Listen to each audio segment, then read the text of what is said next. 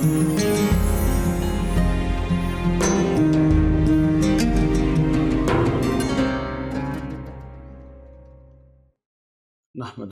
ونصلی ونسلم علی سیدنا و مولانا محمد رسولہ النبی الامین المکین الحنین الکریم رؤوف رحیم، اما بعد، اعوذ باللہ من الشیطان الرجیم، بسم اللہ الرحمن الرحیم۔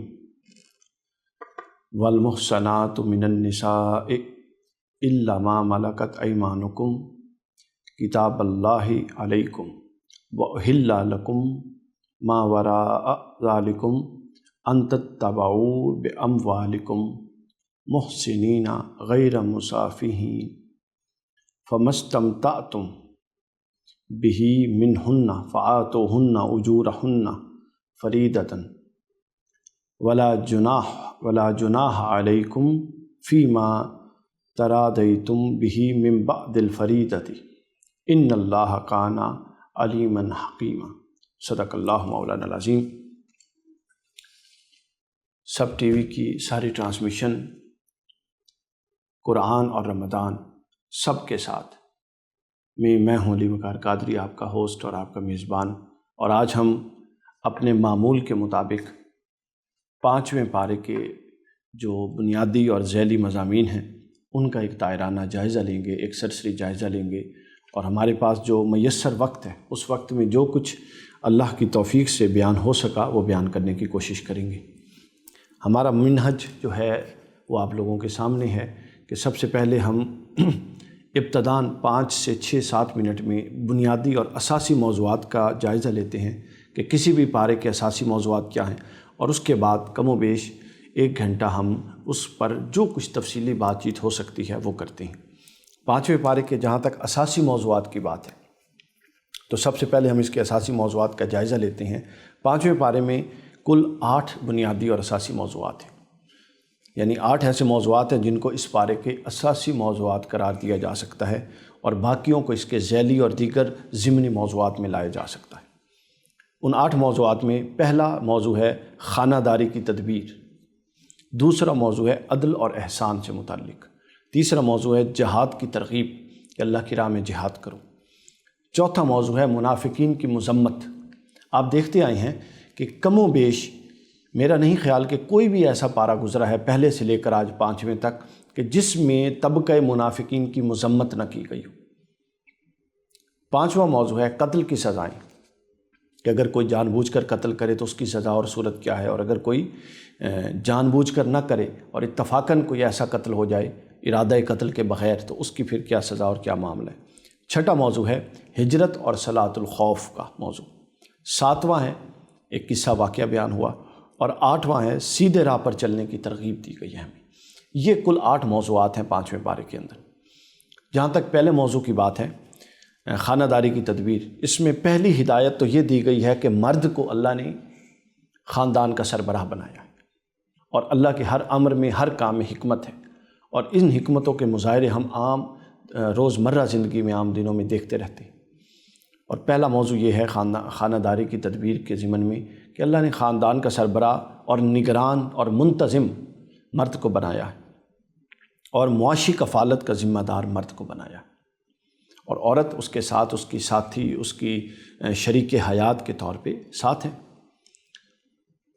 پھر دوسرا اسی میں جو دوسرا ضمنی موضوع آتا ہے اس اصولی موضوع کے تحت، وہ نافرمان بیوی کے حوالے سے آتا ہے کہ اگر بیویاں نافرمان ہوں تو ان کی اصلاح کا کیا طریقہ اپنایا جائے، اور پھر نافرمانی بھی درجہ بدرجہ ہے، جو معمولی نوعیت کی نافرمانی سے شروع ہو کر خدا نخواستہ بدکاری تک اگر کسی کی بیوی میں اس طرح کے خواص پائے جائیں تو پھر اس کے ساتھ کیسے معاملہ ٹیکل کرنا اور کیسے ڈیل کرنا ہے اور کس طرح سے اس کو ہینڈل کرنا ہے، یہ پورا قرآن مجید نے اس موضوع پر ارشادات فرمائے۔ دوسرا موضوع تھا عدل اور احسان۔ عدل و احسان کا حکم دیا گیا تاکہ اجتماعی زندگی کے اندر عدل قائم کیا جائے، معاملات میں عدل ہو، معاشرت میں عدل ہو، ہر معاملے میں عدل ہو۔ باطل، ناجائز اور حرام طریقے سے کسی کا بھی مال کھانے سے منع کیا گیا، چونکہ یہ بھی عدل کی ایک صورت ہے۔ اور اس کے بعد انصاف پر زور دیا گیا کہ جو معاشرے انصاف پر قائم ہوتے ہیں وہ معاشرے چلتے ہیں۔ حضرت مولا علی کا بھی ایک قول ہے، آپ فرماتے ہیں کہ کفر کا نظام چل جاتا ہے، ظلم کا نظام نہیں چلتا۔ تو انصاف اگلا موضوع ہے، ذیلی موضوع ہے اس دوسرے عدل و احسان کے اساسی موضوع کے تحت۔ تیسرا جو بنیادی موضوع تھا وہ جہاد کی ترغیب تھا۔ جہاد کی ترغیب دی گئی کہ اللہ کی راہ میں جہاد کرو۔ پھر جہاد کی قسمیں ہیں۔ جہاد ایک وسیع اصطلاح ہے۔ جہاد بالمال ہو سکتا ہے، جہاد بالنفس ہو سکتا ہے، جہاد بالسیف ہو سکتا ہے، قتال اس کی ایک صورت ہے۔ تو اس کی ترغیب دی گئی جو درجہ بدرجہ دین کی، معاشرے کی اور معروضی حالات کو پیش نظر رکھتے ہوئے جو ضروریات ہیں اس کو کرنے کی۔ اور جہاد میں نہ نکلنے والے پر تنقید اس حوالے سے کی گئی کہ نہ نکلنا موت کو یقینی بناتا ہے، مطلب موت کے حوالے سے اس کو زیر بحث لایا گیا۔ اگر کوئی بندہ جہاد پہ اس لیے نہیں جاتا کہ میدان جنگ میں موت آ جائے گی، تو اللہ نے فرمایا کہ موت تو گھر بیٹھے بند کمرے میں بستر پر اور کرسی پر بیٹھے بھی آ سکتی ہے، ضروری نہیں کہ میدان جنگ میں آئے۔ اگر موت میدان جنگ میں آنی ہے تو وہ کبھی گھر میں نہیں آ سکتی، اور اگر وہ میدان جنگ میں نہیں آنی تو آپ ساری عمر میدان جنگ میں رہیں، وہ موت میں نہیں آئے گی۔ تو لہٰذا موت کے ڈر سے جو میدان جنگ میں نہیں جاتے ان پر تنقید کی گئی۔ پانچواں موضوع قتل کی سزائیں۔ قتل کی سزائیں بیان ہوئیں۔ بڑا سخت لہجہ قرآن مجید کا اللہ رب العزت کا استعمال ہوا۔ مسلمانوں کو جان بوجھ کر قتل کرنے والا ہمیشہ ہمیشہ کے لیے جہنم میں رہے گا، اس کا بیان کیا گیا۔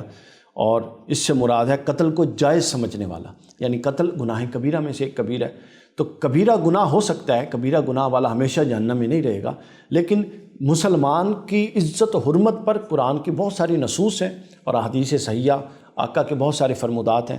تو لہٰذا اس نص کے خلاف اگر کوئی عقیدہ رکھتا ہو کہ مسلمان کا قتل ہی جائز ہے اور پھر کر دے تو وہ ہمیشہ کے لیے جہنم میں رہے گا۔ چھٹا موضوع ہے ہجرت اور صلاۃ الخوف۔ ہجرت اللہ کی راہ میں اللہ کی رضا کے لیے اپنے گھر سے نکل کے دوسری جگہ پر جانا ہے، یعنی ایک جگہ سے دوسری جگہ منتقل ہونا ہے۔ یہ ہجرت مکانی بھی ہو سکتی ہے، یہ ہجرت گناہوں سے نیکیوں کی طرف کی بھی ہو سکتی ہے، ہجرت ہے۔ اب جب ہجرت مکانی کی بات کریں تو اس میں لازماً ایک پہلو خوف کا آتا ہے۔ آپ نئی جگہ پہ جائیں گے، معاملات کیسے ہوں گے، سیٹلمنٹ کیسی ہوں گی، تو اس لیے چونکہ ہجرت اور جہاد دونوں میں خوف کا پہلو بیک وقت موجود ہے، لہٰذا ان دونوں احکام، ہجرت اور جہاد کے احکام بیان کرنے کے فوراً بعد صلاۃ الخوف کا ذکر ہے کہ اگر دشمن کے میدان جنگ میں ہو اور خوف کی کیفیت ہو اور نماز کا وقت آ جائے تو نماز کیسے پڑھی جائے۔ ساتواں موضوع، ایک شخص جو بظاہر مسلمان ہے اور در حقیقت منافق ہے، اس کا ایک قصہ بیان ہوا کہ اس نے چوری کی اور الزام ایک یہودی پر لگا دیا۔ حضور نبی اکرم صلی اللہ علیہ وسلم کی بارگاہ میں یہ واقعہ پہنچا اور اس پر پھر آیات نازل ہو گئیں کہ اللہ رب العزت نے جس طرح پہلے انصاف کا حکم دیا اور سارا معاملہ ہوا، گویا کہ وہ فیصلہ حضور علیہ الصلوۃ والسلام نے، دیکھیے اسلام کا تصور عدل، حضور علیہ الصلوۃ والسلام نے وہ فیصلہ یہودی کے حق میں کیا چونکہ وہ اس کیس میں حق پر تھا اور مسلمان غلطی پر تھا، اور وہ مسلمان چھوڑ گیا، بھاگ گیا، بعد میں پھر مرتد ہو گیا اور کھلا کافر ہو گیا، اس کا واقعہ بیان ہوا ہے۔ یعنی عدل و انصاف میں آپ نے دین کا بھی لحاظ نہیں رکھنا کہ یہ نہیں کہ اگر کوئی مسلمان ظلم کر رہا ہے اور اگر کوئی غیر مسلم ظلم کا شکار ہو رہا ہے تو اسلام ہمیں اجازت نہیں دیتا کہ ہم مسلمان کا ساتھ دیں، بلکہ ہم مظلوم کا ساتھ دیں گے اور ظالم کا ہاتھ پکڑیں گے، قطع نظر مذہب اور مسلک کی تفریق کی۔ اگر مذہب اور دین میں یہ تفریق نہیں ہے تو چھوٹے چھوٹے مسلکوں کی بنیاد پہ ہم دوسروں کو ہم مسلک اگر کسی پر کوئی گالی گلوچ کر رہا ہے، کسی طرح کا ظلم کر رہا ہے، ہم خوش ہوتے ہیں کہ اچھا ہے نا کہ ہمارے مسلک کا تو نہیں ہے۔ تو اسلام تو دین اور جو اسلام کے منکر ہیں اور کافر ہیں ان کے ساتھ عدل و انصاف کا حکم دیتا ہے، یہ جائے کہ فروعی اختلافات کی بنیاد پہ اسلام کے اندر مختلف نقطہ نظر قائم کرنے والوں کے لیے اس طرح کا معاملہ کیا جائے۔ آخری بات، آٹھویں اس کا موضوع سیدھے سادے رستے پر چلنے کی ترغیب ہے، شیطان کی اطاعت سے بچنے کی ترغیب ہے، گمراہ کن رستے سے بچنے کی ترغیب ہے۔ ابو الانبیاء حضرت سیدنا ابراہیم علیہ السلام جن کا رستہ صاف حنیف تھا، یکسو تھا، ان کے رستے پر چلنے کی ترغیب اور حکم ہے، اور عورتوں کے حقوق ادا کرنے اور منافقین کے رویوں کی مذمت پر یہ پارہ ختم ہو جاتا ہے۔ یہ اس پارے کے اساسی مضامین تھے جو بنیادی طور پہ زیر بحث آئے۔ اب ہم اس کی تفصیل میں جاتے ہیں۔ چوتھے پارے کے اختتام میں ہم نے دیکھا کہ ان عورتوں کا ذکر تھا جن سے نکاح حرام ہے۔ پانچویں پارے کے شروع میں اس بحث کو مکمل کرتے ہوئے ان محرمات کے سوا دوسری عورتیں تمہارے لیے حلال ہیں یہ ذکر کر دیا۔ اس طرح کے مال خرچ کر کے ان سے نکاح کر لو، اور نکاح کرنے کا حکم دے دیا. یعنی پہلے یہ بتا دیا کہ فلاں فلاں سے نکاح نہیں ہو سکتا، 5ویں پارے کے شروع میں بتا دیا کہ ان کے علاوہ باقیوں سے تم نکاح کر لو، اور جو نکاح کا طریقہ ہے مہر اور جو شریعت میں اس کا طریقہ کار ہے اس کے مطابق نکاح کر لو. 4تھے پارے کے آخر میں ان رشتوں کا ذکر ہو رہا تھا، اور 5ویں پارے میں اس موضوع کو کلوز کر دیا. اس کے علاوہ 5ویں پارے میں جو موضوعات زیر بحث آئیں ان میں سب سے جو اہم ہے وہ قوامیت اور حاکمیت کا تصور ہے، جس کو میں نے اختصار سے بیان کیا کہ گھر میں حاکم کون ہے، گھر میں قوام کون ہے، گھر میں کس کی منتظم کون ہے، ایڈمنسٹریٹر کون ہے. ایک یعنی حق میں مرد اور عورت برابر ہے، گھر کو چلانے میں مشاورت کا درجہ دونوں کا برابر ہے، مگر جو ڈیسیژن میکنگ کی اتھارٹی ہے، جو الٹیمیٹ اتھارٹی ہے، وہ اللہ تعالیٰ نے مرد کو دی ہے. کیوں دی ہے؟ کیونکہ وہ کفالت کا ذمہ دار ہے. کیوں دی ہے؟ اللہ نے اس کو صلاحیتیں دی ہیں، اور اللہ تعالیٰ کا فیصلہ ہے کہ اس کو قوام مانا جائے، اس کو حاکم مانا جائے اور اس کی بات کو تسلیم کیا جائے. اور اگر گھر میں کسی معاملے کا کوئی اختلاف ہو جائے تو وہ مشاورت سے مل بیٹھ کے حل کرنے کا حکم ہے. اور اس کے بعد اور ان کا تعلق ایسے بنایا گیا جیسے رائی اور رعیت کا ہوتا ہے. ٹھیک، جس طرح یعنی اوپر ایک سربراہ ہوتا ہے، اس کے نیچے کچھ لوگ ہوتے ہیں، اور وہ سربراہ ان سب کے امور کا ذمہ دار ہوتا ہے، جواب دہ ہوتا ہے. تو اس لیے پرورش، اولاد کی پرورش، بیوی بچوں کی پرورش، ان کے تمام معاملات، ان کو اگر وہ خدا نخواستہ بے دینی کی طرف جاتے ہیں تو جواب دہی میں بندہ بھی شامل ہے، اور اگر وہ نیک اور صالح بنتے ہیں تو اجر اور ثواب میں بندہ بھی شامل ہے. حضور علیہ السلام نے فرمایا اگر کسی نے 3 بیٹیوں کی پرورش کر کے ان کو نیک صالح بنا کے ان کی شادی کر دی، اپنے گھر والا کر دیا، تو وہ قیامت کے دن میرے ساتھ ایسے ہوگا جیسے یہ 2 انگلیاں. پھر آپ نے فرمایا کہ اگر کسی نے 2 کی کر دی، وہ میرے ساتھ قیامت کے دن ایسے ہوگا جیسے یہ 2 انگلیاں. پھر ایک صحابی کھڑا ہوا، انہوں نے عرض کیا رسول میری تو 1 بیٹی ہے، کیا میرے لیے یہ بشارت نہیں؟ حضور نے فرمایا اگر کسی نے 1 بیٹی کی بھی پرورش کر کے اس کو پال پوس کر اس کی شادی کر دی اچھی تربیت کر کے، تو وہ میرے ساتھ ایسے ہوگا قیامت کے دن جیسے یہ 2 انگلیاں. تو گویا جہاں منتظم بنایا وہاں پر اس کو اجر اور ثواب کا بھی ذمہ دار بنایا. اس کے بعد اگلا جو موضوع یہاں پر آتا ہے وہ جو ناشزہ یعنی عورت نافرمان عورت ہے، اس کی اصلاح کے لیے 3 تدبیریں کی گئی کہ عورت اگر نافرمان ہو تو اس کی اصلاح کے لیے 3 تدبیریں ہیں. پہلی تدبیر یہ کہ اسے سمجھایا جائے گا، بیٹھ کے دلائل کے ساتھ گفتگو ڈائیلاگ کے ذریعے اس کو سمجھایا جائے گا، اور اس کو برے نتائج سے آگاہ کریں کہ اگر یہ معاملہ اس طرح سے چلتا رہا تو پھر حتمی نتیجہ یہ ہو سکتا ہے. دوسرا یہ ہے کہ مرد کو حکم دیا گیا کہ اگر اس کے باوجود وہ باز نہ آئے تو اپنا بستر اس سے الگ کر دے، یعنی ان ہاؤس انٹرنل سپریشن، گھر کے اندر اس کی قریب نہ جائے اور اس کو بالکل الگ کر دے. یعنی اپنی ناراضگی اور غصے کا اور شدت سے اظہار کرنے کا طریقہ بیان ہوا، اور شدت سے اظہار کرے. اور اگر اس کے باوجود معاملات سمجھ میں نہ آئے تو پھر تادیباً سرزنش کی جائے گی. ضربہ کا لفظ آیا جس کو بعض لوگوں نے پٹائی یا مار سے تعبیر کی ہے اور بعض لوگوں نے سرزنش سے تعبیر کیا ہے. چونکہ جب معاملہ بد کرداری اور حتمی شکل میں جاتا ہے تو پھر دیکھیے یا پھر سپریشن ایک آپشن ہے یا پھر اصلاح آپشن ہے. اصلاح پر لانے کے لیے تو اس کے لیے پھر ممکنہ طور پہ جو تجاویز ہو سکتی ہیں، جو صورتیں ہو سکتی ہیں، قرآن نے وہ ساری بیان کر دیں، تو وہ ساری صورتیں اپنائی جائیں گی. یہ موضوع یہاں پر ختم ہوتا ہے. اس کے بعد اگلا موضوع اجتماعی زندگی کی درستی سے متعلق تھا. آپ ترتیب اور ربط دیکھیے قرآن مجید کا کہ یہ موضوع انفرادی ایک خاندان کی اندر کی زندگی سے متعلق تھا، اس کو سمجھا دیا.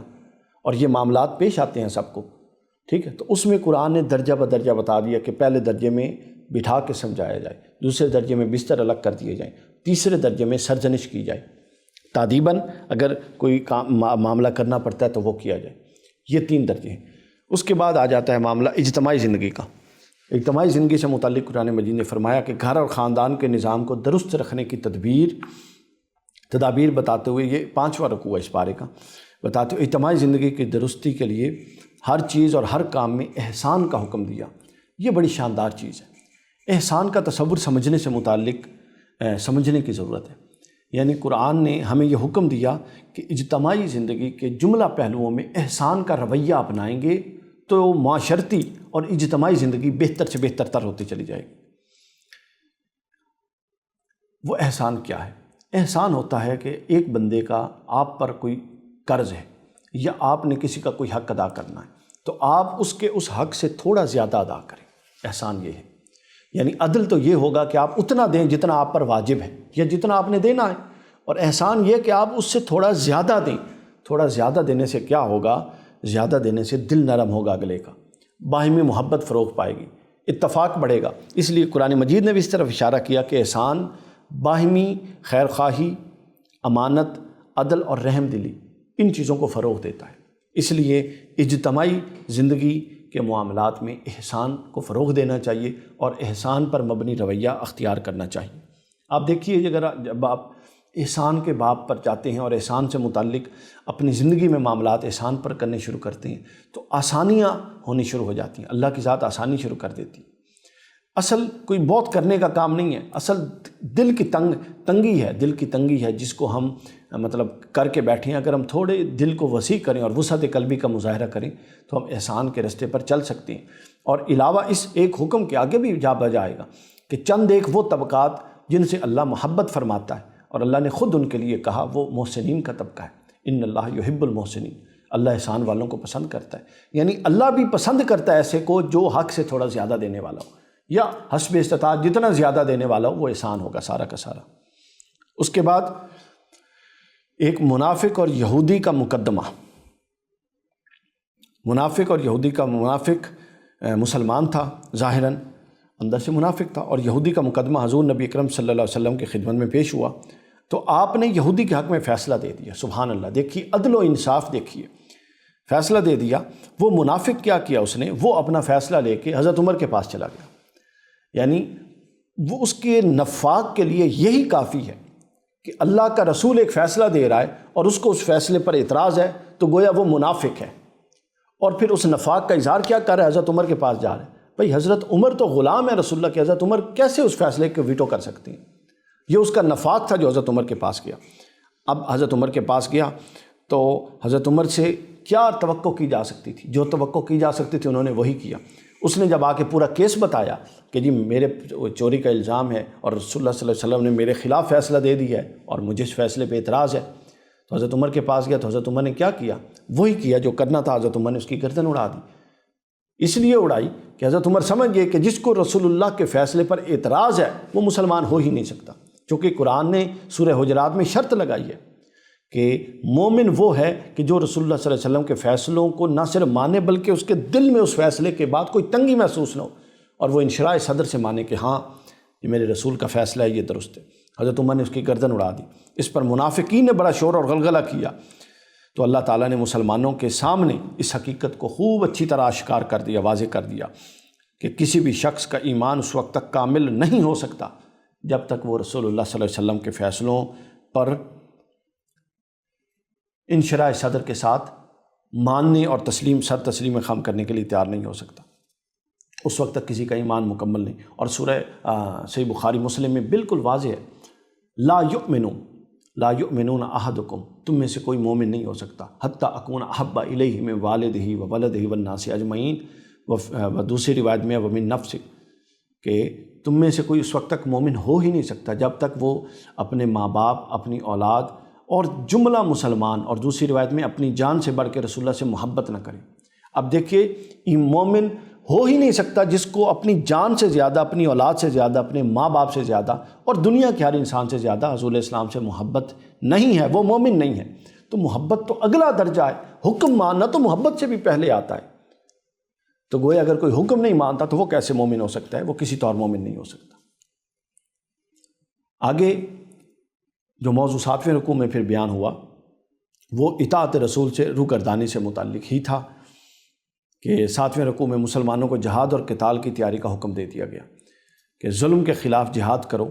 اب وہ ظلم کسی بھی طرح کا ہو سکتا ہے، یعنی جہاں پر یہ واقعہ منافق والا ختم ہوا اس سے اگلا جو موضوع تھا وہ ظلم کے خلاف جہاد کا تھا کہ اللہ کی راہ میں جہاد کرو اور لڑتے ہوئے اپنی نیتوں کو خالص رکھو، صرف اللہ کے دین، اللہ کی رضا اور اللہ کے دین کی سربلندی کے لیے جنگ کرو۔ اور بڑے جذباتی انداز میں انہیں جہاد کی ترغیب دی گئی کہ آخر تم جہاد کیوں نہیں کرتے، جبکہ صورت یہ ہے کہ ظلم اور ستم کی چکی میں پسنے والے کمزور خواتین اور بچے اللہ کے سامنے ہاتھ پھیلا پھیلا کے دعائیں کر رہے ہیں کہ مولا ہم بھی مدد فرما، ہمیں اس بستی سے نکال، یہاں کے لوگ بڑے ظالم ہیں۔ اللہ فرما رہا ہے کہ وہ مجھ سے مدد مانگ رہے ہیں جو مظلوم ہیں، اور اے جہاد کرنے والے میرے بندوں تم کہاں پر ہو، آؤ میدان جنگ میں اور ان مظلوموں کی مدد کرو۔ یہاں سے ایک اصول ثابت ہوتا ہے کہ اللہ کا قانون ہے کہ وہ ہدایت دیتا ہے اپنے بندوں کو اپنے ہی بندوں کے ذریعے، برگزیدہ بندوں کے ذریعے، صالحین کے ذریعے۔ آپ دیکھیے اللہ چاہتا، وہ مالک ہے، وہ قادر ہے، ہر شے پر قادر ہے، لیکن وہ چاہتا تو وہ ہر شخص کو براہ راست ہدایت دیتا اور کوئی گمراہ نہ ہوتا۔ لیکن اس نے ہدایت کے لیے جو ضابطہ اپنایا، وہ کیا ضابطہ تھا؟ اس نے یہ ضابطہ اپنایا کہ میرا نبی آئے گا، وہ میرا نائب ہوگا، وہ میری نیابت میں آ کے حق اور باطل کھول کے رکھ دے گا۔ جو میرے نبی کے پیچھے چلے گا وہ میرے پیچھے یعنی اللہ کا بندہ تصور ہوگا اور مومن تصور ہوگا۔ جو میرے نبی کا انکار کرے گا وہ ایسے ہی ہے جیسے وہ اللہ کا انکار کر رہا ہے۔ اللہ ہدایت نبیوں اور صالحین کے ذریعے دیتا ہے۔ اللہ ظلم کو دور اپنے مجاہدین کے ذریعے کرتا ہے، یعنی اللہ مومنوں کو جو نور دیتا ہے اس کا ضابطہ یہ ہے کہ وہ صالحین کے ذریعے دیتا ہے۔ اس لیے کہا سورہ فاتحہ کے اندر کہ صراط الذین انعمت علیہم، اے باری تعالیٰ مجھے ہدایت تو دے، ہدایت دے۔ لیکن اس نے کہا کہ ہدایت تو دیتا ہوں، لیکن یہ بھی دعا کرو کہ ہدایت میں نے خاص کر دی ہے اپنے صالح بندے کے ساتھ۔ جب تک تو ہدایت یافتوں کے پیچھے نہیں چلو گے ہدایت کو نہیں پا سکتے۔ یہاں پر وہی بات آئی کہ ظالم ظلم کر رہے ہیں تو اللہ خود بھی ان ظالموں پر براہ راست عذاب نازل کر سکتا ہے، لیکن اللہ کی سنت کیا ہے کہ اللہ نے مومنوں کو جہاد کی ترغیب دی کہ اٹھو اور اس ظلم کو مٹا دو، یعنی اللہ کی نیابت میں مظلوم کا ساتھ دو اور ظالم کو ختم کر دو اور اس کو ختم و تباہ و برباد کر دو۔ یہاں پر جہاد کی ترغیب کا موضوع ختم ہوتا ہے۔ اس کے بعد اسی کا ایک ضمنی پہلو زیر بحث آیا موت کے حوالے سے، کہ اگر کوئی جہاد میں نہیں جاتا، چونکہ ظاہر ہے جہاد میں جانا پہلا خیال جو ذہن میں آتا ہے وہ یہ آتا ہے پتہ نہیں ہم نے میدان جنگ سے واپس بھی آنا ہے کہ نہیں آنا۔ تو اللہ نے موت کا ذکر کر کے موت کا ایک تصور سمجھایا کہ، اور اس بات پر بادی النظر میں تنقید کی کہ موت کے ڈر سے اگر کوئی جہاد میں نہیں جاتا تو یہ مت سمجھو کہ جہاد میں جانا تمہارے لیے باعث موت ہے اور وہاں سے نہ جانا تمہیں زندگی دے گا، ایسا ہرگز نہیں۔ اگر موت آنی ہے تو گھر بیٹھے بھی آ جائے گی، اور اگر موت نہیں آنی تو میدان جنگ میں بھی نہیں آئے گی۔ کیوں؟ چونکہ موت کا تعلق گھر سے یا میدان جنگ سے نہیں ہے، وہ اللہ کا امر ہے، اللہ نے جو وقت مقرر کیا ہوا ہے اس وقت پہ آنی۔ پھر یہاں جہاد کے ضمن میں یہ موت کا یہ تصور سمجھا دیا۔ آگے منافقوں کی، پھر اس سے آگے جو چلا قرآن مجید میں، منافقوں کی سازشوں سے چوکنا رہنے کی ہدایت دی مومنوں کو، کہ جہاد و قتال کی ترغیب اور مسلمانوں کو منافقین کی تدبیروں اور سازشوں سے چوکنا رہنے کی ترغیب دی، کہ یہاں پہ جہاد اور قتال کا موضوع ختم ہوا اور ساتھ موت کا ذکر جوڑ کے بات کو کلوز کر دیا۔ اب بتایا جا رہا ہے کہ منافقوں سے بچ کے رہو، چوکنے رہو، ویجیلنٹ ہو کے رہو، تمہارے ارد گرد ایسے بہت سارے لوگ ہیں، ان سے ذرا کانشیس رہو۔ وہ کیا؟ اس کی وجہ کیا؟ اس کی وجہ یہ ہے کہ یہ سنگ دل گروہ ہے جنہوں نے اسلام کا جامہ پہنا ہوا ہے، یعنی یہ ظاہراً مسلمان، دیکھیں جو ظاہراً مسلمان نہیں وہ اتنا نقصان نہیں پہنچا سکتا جتنا اسلام کا لبادہ اوڑھے ہوئے لوگوں نے پہنچایا۔ دوسرا بتایا مدینہ منورہ میں جو پہلی ریاست اسلامی قائم ہوئی، اس کے خلاف سازشوں کا تانا بانا بننے والے، ان میں جو سب سے درپیش گروہ تھا جنہوں نے نقصان پہنچایا اور سازشیں کی اور سازشوں کا تانا بانا بنا اور اندر کی خبریں جا کے کفار مکہ کو بتائیں، وہ کوئی اور نہیں تھے، وہ مسلمان تھے جو ظاہراً مسلمان تھے اور اندر سے منافق تھے، اس لیے ان سے بچو۔ اس کے بعد سورہ نساء کا وہ حصہ نازل ہوتا ہو گیا جس میں ان کی ذلت آمیز حرکتوں، خفیہ منصوبہ بندیوں اور بغض و حسد پر مبنی کارروائیوں کا اللہ نے پول کھول دیا اور بات کو واضح کر دیا، یعنی ان سے بچنے کی بھی ترغیب دی اور ان کے پول کو بھی کھول دیا کہ یہ تو یہ لوگ ہیں، یہ حسد رکھتے ہیں، بغض رکھتے ہیں، خفیہ منصوبہ بندیاں کرتے ہیں اور سازشیں کرتے ہیں۔ اس کے بعد اللہ رب العزت نے حاکمانہ انداز میں بیان فرمایا، اور کیا بیان فرمایا تمہیں کیا ہو گیا کہ تم منافقوں کے بارے میں دو گروہ ہو رہے ہو، یعنی جب منافقین کے بارے میں بالکل بسری حکم آیا کہ ان کو الگ کر دیا جائے، ان کے نفاق کو واضح کر دیا، تو بعض چونکہ وہ ظاہراً تو مسلمان تھے، مسلمانوں کے ساتھ اٹھتے بیٹھتے تھے، تو اس فزیکل ریلیشننگ کی بنیاد پہ بعض لوگوں نے ہمدردی کا مظاہرہ کیا۔ اللہ رب العزت نے اس پر سختی فرمائی۔ اللہ نے فرمایا تمہیں کیا ہو گیا ہے جب اللہ اور اللہ کا رسول جو اللہ کا نمائندہ ہے، تاجدار کائنات، خود فرما رہے ہیں کہ یہ منافق ہے، تو تم اس سے متعلق دو گروہ کیوں ہو رہے ہو؟ تم اس سے متعلق اپنے آپ میں تفریق کیوں ڈال رہے ہو؟ اور کیوں ایک گروہ منافقوں کی حمایت میں اٹھ رہا ہے؟ کیا تم اللہ اور اس کے رسول سے زیادہ ان کے باطن کو جاننے والے ہو؟ یہ تنقید کی گئی۔ یعنی اے مسلمانوں، تم منافقوں کے بارے میں دو گروہوں میں تقسیم کیوں ہو گئے؟ ایک گروہ کہتا ہے کہ انہیں قتل کر دینا چاہیے، یعنی وہ جو کیٹیگوریکل کلیئر تھا وہ کہتا تھا اب جب نفاق واضح ہو گیا ان کو ختم کر دیں، اور دوسرا کہتا تھا کہ نہیں، وہ ان سے متعلق نرم پہلو رکھتا تھا اور کہتا تھا نہیں، یہ ہمارے دینی پائی ہیں، ان کو نہیں مارنا چاہیے۔ اللہ نے اس روش کو پسند نہیں فرمایا، اور فرمایا کہ وہ منافق یہ چاہتے ہیں کہ جیسے وہ خود کافر ہیں تم بھی کافر ہو جاؤ۔ ان کی خواہش اللہ نے بتائی کہ یہ اتنے خطرناک لوگ ہیں، یہ چاہتے ہیں کہ جیسے یہ اندر سے منافق ہیں، اندر سے کافر ہیں حقیقی طور پہ، یہ چاہتے ہیں تم بھی ایسے ہو جاؤ، پس ان میں سے کسی کو دوست نہ بناؤ، اور جب تک وہ اللہ کی راہ میں ہجرت نہ کریں، پس اگر وہ اعراض کریں، اللہ کی راہ میں ہجرت نہ کریں، کیا یعنی وہ اندر سے اپنے باطن کو صاف کر کے گناہوں کو ترک کر کے ایمان کی طرف نہ آ جائیں، اس وقت تک ان کو دوست نہ بناؤ۔ اور اگر وہ اعراض کریں، یعنی وہ اپنی اس سرکشی اور اس ہٹ درمی پر بدستور قائم رہیں کہ اوپر سے مسلمانوں میں اور اندر سے مسلمانوں کی جڑیں کاٹیں، تو فرمایا انہیں جہاں پکڑو جہاں پاؤ قتل کر دو، اور کسی کو رفیق اور مددگار نہ ٹھہراؤ۔ حکم دے دیا مار دو۔ یعنی وہ جو دو طبقات میں فرق آ رہا تھا، مسلمان آپس میں بٹ رہے تھے، اللہ نے کیٹیگوریکل حکم صادر کر کے فرما دیا کہ ان کو موقع دو، اگر یہ اصلاح چاہیں تو اصلاح کر لیں، اگر یعنی اصلاح کر لیں کیا، ہجرت کر لیں ایمان کی طرف، کفر سے ایمان کی طرف، نفاق سے ایمان کی طرف ہجرت کر لیں، اور اگر نہیں کرتے تو پھر ان کو کوئی حق نہیں کہ ان کو چھوڑا جائے۔ اس کے بعد انسان کی جان کی حرمت کا معاملہ ہے۔ آپ دیکھیے موضوعات کی ترتیب کیا شاندار ہے، یعنی پہلے منافقین کو قتل کرنے کا ذکر ہے، اور آگے جان کی حرمت کا ذکر ہے کہ کسی کو یہ اعتراض نہ ہو کہ انسانی جان کی حرمت معاذ اللہ استغفر اللہ سے مطلب کوئی چھپی ہوئی چیز تو نہیں ہے، اللہ کے علم میں ہے، اور اللہ نے خود انسانی جان کی حرمت سے متعلق کتنی شدید احکام قرآن مجید میں نازل کی۔ اس کے باوجود اس نے کہا کہ یہ ہیں بے شک انسان، مگر اس کے باوجود یہ ڈیزرو نہیں کرتے کہ ان کو چھوڑا جائے۔ نفاق اتنی بڑی بیماری ہے۔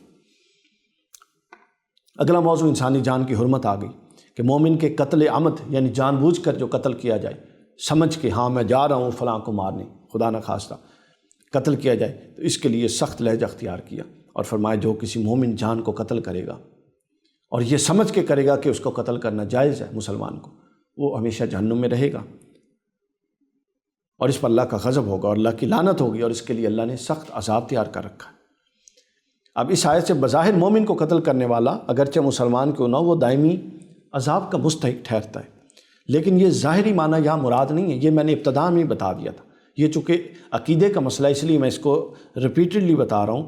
اس سے مراد یہ ہے کہ جو مسلمان کے قتل کو حلال سمجھتا ہے، جو کہ نص قرآنی اور احادیث صحیحہ سے حرام ہے۔ اللہ نے فرمایا جو ایک مسلمان جان کو مارتا ہے گویا کہ اس نے پوری انسانیت کو قتل کیا، یعنی اتنے سخت احکام ہیں۔ تو یہ حکم جو ہے، جو ہمیشہ جہنم میں رہنے والے سے متعلق ہے، یہ اس سے متعلق ہے جو یہ سمجھے اور یہ عقیدہ رکھے کہ مسلمان کو مارنا حلال ہے۔ تو ایسا سمجھنے والا چونکہ کافر ہو جاتا ہے، اور کافر نے جانا ہی جہنم میں اور رہنا ہی جہنم میں۔ جی، قتل کی سزا کے بعد، قتل عمد کی سزا کے بعد اگلا جو موضوع بیان ہوا وہ دوبارہ جہاد کی اہمیت سے متعلق تھا، یعنی قتل کی سزا بیان کرنے کے بعد دوبارہ جہاد کی اہمیت اور مجاہدین کی فضیلت پر اللہ رب العزت نے بیان فرمایا، اور بیان کیا کہ اللہ کی راہ میں جہاد کرنے والے اور ہاتھ پر ہاتھ رکھ کے بیٹھنے والے ہرگز برابر نہیں ہو سکتے۔ یہ ایک اسلوب ہے قرآن کا، بے شمار جگہوں پر فرمایا کہ علم والے اور بغیر علم کے برابر نہیں ہو سکتے۔ پھر بعض جگہوں پر یہ مفہوم بھی آیا کہ تقوی والے اور بغیر تقوی والے برابر نہیں ہو سکتے۔ پھر خشیت، ڈرنے والے جو اللہ سے ڈرتے ہیں اور جو نہیں ڈرتے وہ برابر نہیں ہو سکتے۔ پھر یہ بھی آیا کہ ذکر والے اور جو اللہ کا ذکر نہیں کرتے وہ برابر نہیں ہو سکتے۔ احادیث میں اگرچہ کہ ذکر والوں کو زندہ اور ذکر نہ کرنے والوں کو مردہ تک کہا گیا، تو اسی اسلوب میں یہ بھی ایک پہلو ہے کہ اللہ کی راہ میں جہاد، مسلسل کوشش، جدوجہد اور سٹرگل کرنے والے، وہ ہاتھ پر ہاتھ رکھ کے بیٹھے انتظار کرنے والے، جی اللہ کی طرف سے ہو جائے گا، معجزات کا انتظار کرنے والے، یہ برابر نہیں ہو سکتے۔ یہاں ایک پریکٹیکل لائف سے متعلق نقطہ سمجھنے کی ضرورت ہے۔ یہ عالم اسباب ہے، we have to move forward. اللہ چاہتا ہے کہ ہم کام کریں، محنت کریں، جدوجہد کریں، سٹرگل کریں، یہ عالم اسباب ہے۔ یہاں بیٹھ کر معجزات کا انتظار، محنت سے کنی کترانا، محنت کے قریب نہ جانا، سٹرگل نہ کرنا، جدوجہد نہ کرنا، آخری حد تک کوشش کیے بغیر محض اس انتظار میں بیٹھنا کہ اللہ کی دعائیں کرنا، اللہ کی طرف سے یہ ہو جائے گا، اللہ کی طرف سے یہ ہو جائے گا، یہ اس کائنات کا جو قانون نشو و نما ہے جو اللہ نے اس پوری کائنات میں جاری و ساری فرما دیا، یہ اس کے خلاف ہے۔ قانون نشو و نما یہ ہے اور اللہ کی سنت یہ ہے اور اللہ کے رسول کا طریقہ کار پوری حیات طیبہ دیکھیں۔ حضور علیہ السلام سے زیادہ بھی کوئی ایکٹیو اور پرو ایکٹیو شخص نظر آتا ہے؟ حضور سے زیادہ بھی کوئی پروگریسو اپروچ کا بندہ نظر آتا ہے کہ جو ہر لمحہ آگے سے آگے جانے کی کوشش میں ہے؟ اور جو یہ فرماتے ہیں کہ مومن کی 2 دن ایک جیسے نہیں ہونے چاہیے۔ ایمان دار ہونے، مومن ہونے کے لیے ضروری ہے کہ بندہ دوسرے دن پہلے دن سے زیادہ آگے بہتر کرے، زیادہ اچھا ہو۔ اور قرآن میں ہے کہ وَلَلْآخِرَةُ خَيْرٌ لَكَ مِنَ الْأُولَىٰ، کہ ہر آنے والا دن اور ہر آنے والا لمحہ اور ہر آنے والی گھڑی گزشتہ لمحہ اور دن اور گھڑی سے بہتر ہو۔ تو یہ ایک پورا جو قانون ہے قرآن کا، قانون نشو و نما، وہ یہاں پر بیان ہو رہا ہے کہ قانون نشو، اللہ جس قانون کے تحت لوگوں کی نشو و نما کر کے اوپر لاتا ہے وہ قانون جد و جہد کا ہے، وہ قانون محنت کا ہے، وہ سٹرگل کا ہے۔ اور محنت اور سٹرگل کے بغیر محض باتوں سے، محض دعووں سے، محض انتظار، معجزات کے انتظار سے معجزے نہیں ہوتے۔ معجزات کے لیے سٹرگل کرنی پڑتی ہے۔ اگر محض دعاؤں سے اور محض کوشش سے اور محض باتوں سے معاملے ہوتے تو پھر ایک معاملہ جدا تھا۔ آپ ائمہ اہل بیت کی سیرت اٹھائیے، آپ صحابہ کرام کی سیرت اٹھائیے، آپ خود رسول اللہ کی سیرت اٹھائیے، اگر یعنی آپ دیکھیے کہ یہ وہ قانون ہے جس سے اتنی بڑی ہستیوں کو بھی استثناء نہیں تھا۔ حضور علیہ الصلوۃ نے کیا طائف میں جا کے پتھر نہیں کھائے؟ حضرت امام حسین نے کیا کربلا میں اپنا پورا کنبہ نہیں کٹوایا؟ صحابہ کرام نے احد میں، بدر میں، خندق میں، کس غزوے میں کیا کیا قربانیاں نہیں دیں؟ پھر سرایا میں جو سریے جنگیں ہوتی تھیں ان میں کیا کچھ نہیں ہوا؟ تو یہ سب کچھ کیا تھا؟ کیا ان لوگوں کے اخلاص میں کوئی فرق تھا؟ کوئی نہیں تھا۔ ان جیسا اخلاص کسی کے قریب سے کوئی نہیں گزر سکتا۔ مگر اس کے باوجود آج ان کا نام سنہری حروف سے کیوں لکھا گیا؟ چونکہ یہ اپنی زندگی میں ہاتھ سے ہاتھ دھر کے نہیں بیٹھے رہے، بلکہ یہ پروگریسو لوگ تھے، آگے بڑھے، محنت کی، جد و جہد کی، رگڑا کھایا، معاملات کو آگے بڑھایا، اور تب جا کے اللہ نے ان کے لیے اپنے دروازے کھولے۔ اور اللہ کا قانون ہے الذین جاہدوا فینا لنہدینہم سبلنا۔ اللہ فرماتا ہے کہ جو میری راہ میں کوشش کرتا ہے، جہاد، جد و جہد، کوشش، سٹرگل کرتا ہے، زیادہ سٹرگل کرتا ہے، میں اس کے لیے اتنے زیادہ دروازے کھولتا جاتا ہوں۔ تو یہ کائنات کوشش سے متعلق ہے۔ ہمیں چاہیے کہ ہم بھی کوشش کریں اور ہاتھ پہ ہاتھ دھر کے نہ بیٹھیں۔ یہ نقطہ یہاں پر قرآن مجید نے ہمیں سکھایا، اور یہ بڑا اہم نقطہ ہے پریکٹیکل لائف سے متعلق۔ یہ بات خود بھی سمجھیں، یہ بات اپنے بچوں کو بھی سمجھائیں، یہ بات اپنے جو ماتحت لوگ ہیں ان کو بھی سمجھائیں کہ اللہ کا قانون یہ نہیں ہے۔ اللہ کا قانون کیا ہے؟ اللہ کا قانون یہ ہے کہ مسلسل کوشش کی جائے، مسلسل کوشش کی جائے اور مسلسل محنت کی جائے، اور بذریعہ محنت اور کوشش آگے بڑھا جائے۔ تو یہاں پر جس بات کو ہم نے ایک پورا فلسفہ اور قانون نشو و نما کے طور پہ بیان کیا، وہ یہ آیا تھا کہ جہاد نہ کرنے والے اور جہاد کرنے والے برابر نہیں ہو سکتے۔ اس کے بعد اگلا ہجرت کا موضوع آتا ہے کہ دارالکفر سے دارالاسلام کی طرف ہجرت کریں، اور جہاد کی مختلف قسموں سے متعلق ایک قسم ہے ہجرت کو بھی ایک طرح کا جہاد قرار دیا گیا۔ ہجرت کیا ہے؟ اپنے گھر کو، مال، اسباب کو جو ایک علاقے میں ایک جگہ پر ہے اس کو چھوڑ کر دوسرے علاقے میں اور دوسری جگہ منتقل ہونا۔ یہاں پر حضرت حمزہ بن قیس کی ہجرت کا واقعہ بھی بیان ہوا کہ روایات میں ہے، یعنی ہجرت کے ضمن میں یہ واقعہ بھی بیان کیا جا رہا ہے جو میں کر رہا ہوں، کہ روایات میں ہے کہ حضرت حمزہ بن قیس جب آیات ہجرت نازل ہوئیں تو حضرت حمزہ بن قیس رضی اللہ تعالیٰ عنہ، یہ صحابی تھے اور بڑے سخت بیمار تھے، علیل تھے، وہ پریشان ہو گئے، اور چلنے پھرنے کے تو وہ قابل تھے نہیں۔ وہ پریشان ہو گئے کہ آیات ہجرت آئی ہیں اور خدا نخواستہ مجھ سے ان پر عمل درآمد نہیں ہو رہا۔ انہوں نے کہا کہ مجھے چارپائی پر ڈال کر مدینہ ہجرت کے لیے لے چلو، میں مکہ میں ایک رات بھی نہیں گزاروں گا جب آیات ہجرت ہوئی۔ یہ ایمان کا درجہ تھا صحابہ کرام کا۔ تو ان کے بچوں نے، اہل و عیال نے اور ان کے بیٹوں نے انہیں چارپائی پر ڈالا اور مدینہ سے لے کر جانے لگے، لیکن مکہ سے نکلتے ہی ان کا وصال ہو گیا، وفات ہو گئی، اللہ کو پیارے ہو گئے۔ ان کا یہ عمل اللہ کو اتنا محبوب ہوا، اتنا محبوب ہوا کہ اللہ نے قرآن مجید میں فرمایا، اور جو شخص اللہ اور اس کے رسول کی طرف ہجرت کر کے گھر سے نکل جائے اور پھر اس کو موت آ پکڑے، یعنی یہ اسپیسیفک اشارہ تھا حضرت حمزہ بن قیس کی طرف کہ اگر اس کو موت آ پکڑے تو اس کا ثواب اللہ کے ذمے ہے، اور اللہ بخشنے والا اور مہربان ہے۔ یعنی دیکھیے، مدینہ پہنچ جاتے ہو سکتا تھا، لیکن اللہ کا امر تھا، موت آنی ہی تھی، اور انہوں نے جو آخری لمحے تک رکے نہیں اور آگے مسلسل بڑھے، مکہ سے مدینہ ہجرت اور مکہ کی سرحد پر وفات، اور پھر یہ آیت کا نزول، سبحان اللہ، دیکھیے کیا مقام و مرتبہ ہے۔ پھر اس کے بعد صلاۃ الخوف کا بیان آتا ہے، چونکہ دو معاملات جو یہاں کثرت سے زیر بحث آئے، ہجرت اور جہاد، ان دونوں کے اندر ایک خوف کا عنصر باقی ہے۔ جب آپ میدان جنگ میں جائیں گے تو نماز کا وقت آئے گا، جب آپ ہجرت کریں گے تو سفر میں ہوں گے، نماز کا وقت آئے گا، رستے میں لٹنے کا، چوروں کا، ڈاکوؤں کا، جن سے جنگ ہو رہی ہے، مخالفین کا، یہ سارے خوف ساتھ ساتھ ہیں۔ تو اب نماز کیسے پڑھی جائے؟ چونکہ امن کی کیفیت کی نماز تو وہاں ہو نہیں سکتی، تو منطقی تقاضا تھا کہ یہاں اس کا حکم لایا جائے، لہٰذا لایا گیا، اور اللہ تعالیٰ نے صلاۃ الخوف کا پورا طریقہ سمجھایا کہ کچھ لوگ نماز پڑھ لیں، کچھ مقابلہ کر لیں، پھر کچھ لوگ آدھا باقی نماز پڑھ لیں، وہ مقابلہ کر لیں، یوں تاکہ نماز بھی چلتی رہے اور ساتھ ساتھ دوسرے لوگ مقابلہ کر کے دفاع بھی کرتے رہیں تاکہ مسلمانوں کے لشکر پر حملہ نہ ہو جائے۔ یہ بات ان کو سمجھا دی گئی مسلمانوں کو۔ اس کے بعد آخر میں اس پارے کے اختتام کے قریب لاتے ہوئے انسان کی سرکشی کا ذکر ہوا اور اس کے متعدد اسباب زیر بحث آئے کہ اللہ رب العزت نے انسان کی سرکشی کا سبب بتایا، اور یہ بتایا کہ اللہ کے مقابلے میں انسان شیطان کی اطاعت کرتا ہے اور وہ اس کو ہدایت کے رستے سے بہت دور لے جاتا ہے۔ اس موضوع کو جوڑتے ہوئے حضرت سیدنا ابراہیم علیہ السلام کی راہ کا ذکر ہوا اور بتایا کہ وہ کہیں دائیں بائیں پھرنے والے نہیں تھے، بلکہ یکسو تھے، حنیف تھے حضرت آدم علیہ السلام۔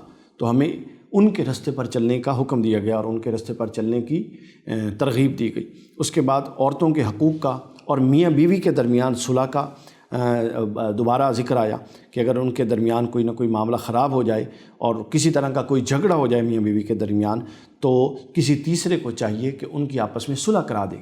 معمولی نوعیت کے اختلاف ہوتے ہیں، ایک کو سنیں، دوسرے کو سنیں اور درمیان میں معاملے کو رفع دفع کرا کے صلح کروا دیں۔ اور آخری جو موضوع یہاں زیر بحث آیا 5ویں پارے میں، وہ منافقین کی مذمت کا تھا۔ دوبارہ ریپیٹڈلی آ رہا ہے، پورے آپ دیکھیں گے اس پورے آیات میں بار بار، تو منافقین کی مذمت اور انہیں سخت ترین عذاب کی وعید سنائی گئی۔ سامعین اکرام، یہ وہ موضوعات تھے جو 5ویں پارے میں تفصیل سے آئے، جس کا ہم نے جو اللہ کو منظور ہوا، اللہ نے جو توفیق دی، اس کو ہم نے بیان کر دیا۔ اللہ تعالیٰ سے دعا ہے کہ ہمیں ان پر پوری طرح سے عملی زندگیوں میں عمل کرنے کی توفیق عطا فرمائے۔ وما علینا الا البلاغ المبین۔